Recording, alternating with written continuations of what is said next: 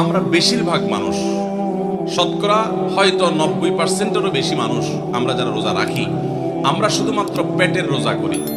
রোজাটা শুধু পেটের না ভাই, রোজাটা পুরো বডির, রোজাটা পুরো শরীরের, মাথা থেকে পা পর্যন্ত শরীরের প্রত্যেকটা অঙ্গের রোজা আছে।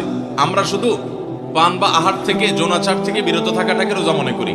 আপনি চোখ দিয়ে মোবাইলে হারাম জিনিস দেখলেন, যে মেয়েকে দেখা আপনার জন্য অ্যালাউড না, আপনি তার ছবি দেখলেন, ভিডিও দেখলেন, সেটা নাটকের নামে, সিনেমার নামে, কোনো ভিডিওতে, কোনো শর্ট ভিডিওতে, টিকটকে, কোনো জায়গায় আপনি দেখলেন, আপনি অনলাইনে অফলাইনে দেখলেন, তাহলে আপনার চোখের রোজা নষ্ট হবে।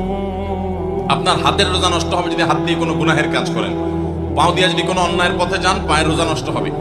কান দিয়ে যদি আপনি মিউজিক শুনেন, আপনি গান শুনেন মিউজিক সহ, আপনি হারাম কিছু শুনেন, গীবত শিকায়াত শুনেন, তাহলে সেক্ষেত্রে কানের রোজা নষ্ট হবে। ঠিক একইভাবে আপনি মুখ দিয়ে খারাপ কোনো কথা বললেন, কটু কোনো কথা বললেন, গালিগালাজ করলেন, কারোর সাথে ঝগড়াঝাটি করলেন, তাহলে আপনার মুখের রোজা নষ্ট হবে। পুরো শরীরের প্রত্যেকটা অঙ্গ প্রত্যঙ্গের রোজা আছে। আমাদের রোজার দুইটা দিক, একটা হলো রোজার বডি, একটা হলো রোজার স্ট্রাকচার, আর একটা রোজার ফিনিশিং।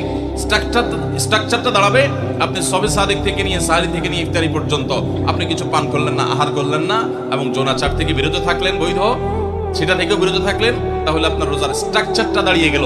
কিন্তু এই রোজা বা সিয়ামের ফিনিশিংটা হবে তখন, যখন আপনার মাথা থেকে পা পর্যন্ত শরীরের প্রত্যেকটা অঙ্গ প্রত্যঙ্গের রোজা রাখবেন।